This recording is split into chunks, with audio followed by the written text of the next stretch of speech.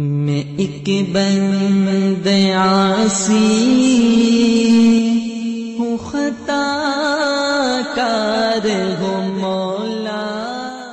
وعن علي رضي الله عنه أنه سمع رسول الله صلى الله عليه وسلم لعن آكل الربا وموكله وكاتبه ومانع الصدقة وكان ينهى عن النوح، رواہ النسائی۔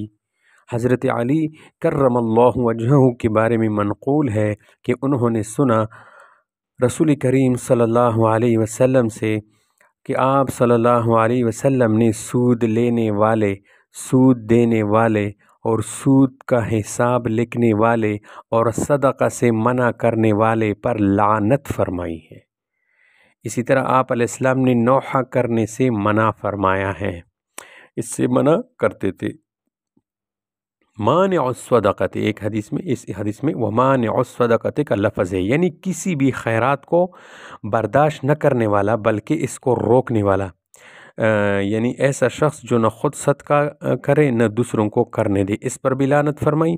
اور اس سے پہلے سود کھانے والا اور سود لینے والا اور اس کا حساب کتاب لکھنے والا، اس پر بھی لعنت فرمائی۔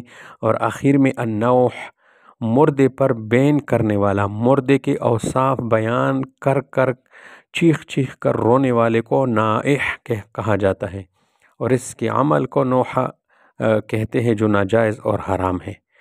3 دن تک سوگ منانا ہر مردے پر جائز ہے، 3 دن سے زیادہ سوگ منانا جائز نہیں ہے، البتہ غم اور آنکھوں سے آنسو گرنا یہ الگ چیز ہے، وہ جائز ہے۔ اسی طرح عورت کے لیے اپنے شوہر کی موت پر 4 ماہ 10 دن تک سوگ منانا یعنی ترک زینت جائز ہے۔